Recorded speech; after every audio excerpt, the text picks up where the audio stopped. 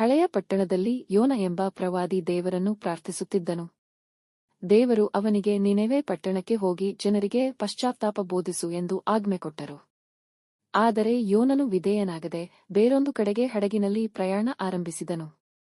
ಆಗ ದೇವರು ಭಾರೀ ಬಿರುಗಾಳಿಯನ್ನು ಕಳುಹಿಸಿದರು.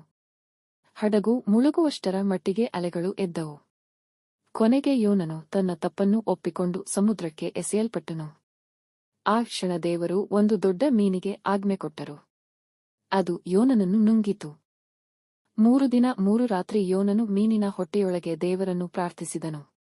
ಅವನು ಪಶ್ಚಾತ್ತಾಪಪಟ್ಟು ದೇವರ ಮಾತು ಕೇಳುವುದಾಗಿ ಪ್ರತಿಜ್ಞೆ ಮಾಡಿದನು.